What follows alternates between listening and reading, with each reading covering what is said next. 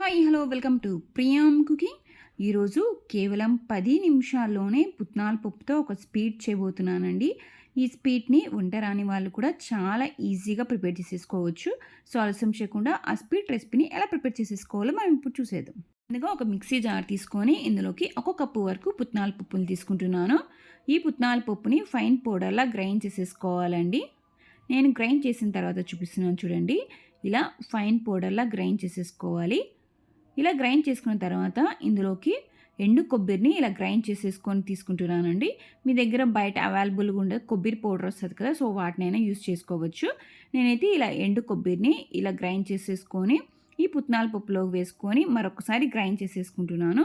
చూసారు కదండి, ఇలా ఫైన్ పౌడర్లా ఉండాలి.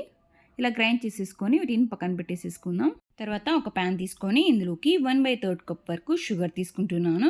మనం అన్నీ ఒకే కప్ మెజర్మెంట్తోనే తీసేసుకోవాలండి.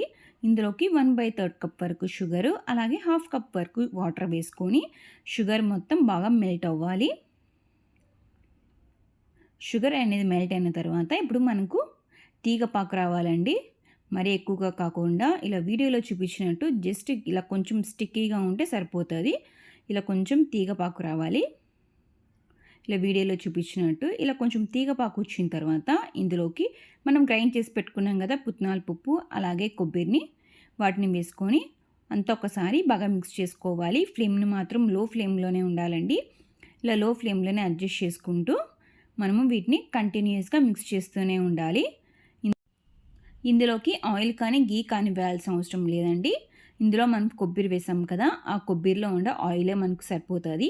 చూసారు కదండి, ఇలా ప్యాన్కి సపరేట్ అయ్యేంత వరకు లో ఫ్లేమ్లోనే మిక్స్ చేసుకోవాలి. ఇలా ప్యాన్కి సపరేట్ అయిన తర్వాత ఇలా స్టవ్ ఆఫ్ చేసుకొని ఇలా ఈవెన్గా స్ప్రెడ్ చేసేసుకోవాలండి. కొంచెం గోరువెచ్చగా అయిన తర్వాత మనం వీటిని మనకు కావాల్సిన షేప్లో ఈ స్వీట్ని మనం ప్రిపేర్ చేసేసుకోవచ్చు.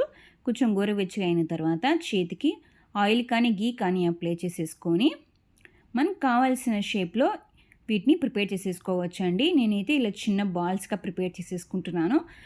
అలాగే ఇలా కొంచెం డెకరేట్ చేసుకుంటున్నానండి. జ్యూసర్ ఉంటుంది కదా, జ్యూస్ మేకర్, వాటితో ఇలా ప్రెస్ చేస్తున్నాను. చూసారు కదండి, మనకు ఎంత పర్ఫెక్ట్గా వచ్చిందో చూడడానికి కూడా చాలా బాగుంది.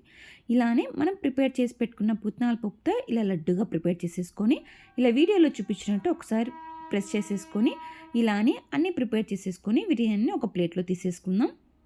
వీటిలోకి ఇలా చిన్నగా కట్ చేసి పెట్టుకున్న పిస్తాతో ఇలా కొంచెం డెకరేట్ చేసుకున్నానండి. మీకు కావాలంటే చెర్రీస్తో కూడా మీరు వీటిని డెకరేట్ చేసుకోవచ్చు. ఇంకెందుకు ఆలస్యం, మీరు కూడా ఈ పుట్నాల పప్పుతో ఈ స్వీట్ని మీరు కూడా ట్రై చేయండి. ఎలా ఉందో కమెంట్ బాక్స్లో తెలియచేయండి. ఈ రెసిపీసే కాకుండా మన ఛానల్లో మరికొన్ని డిఫరెంట్ స్వీట్ రెసిపీస్ ఉన్నాయి. ఒకసారి కావాలంటే మన ఛానల్ సబ్స్క్రైబ్ చేసుకొని ఒకసారి వీడియోస్ చెక్ చేయండి. ఇంకెందుకు ఆలస్యం, లైక్ చేయండి, షేర్ చేయండి, కమెంట్ చేయండి. ఇలాంటి ఎన్నో రెసిపీస్తో మరి మీ ముందు ఉంటాను. Thank you for watching.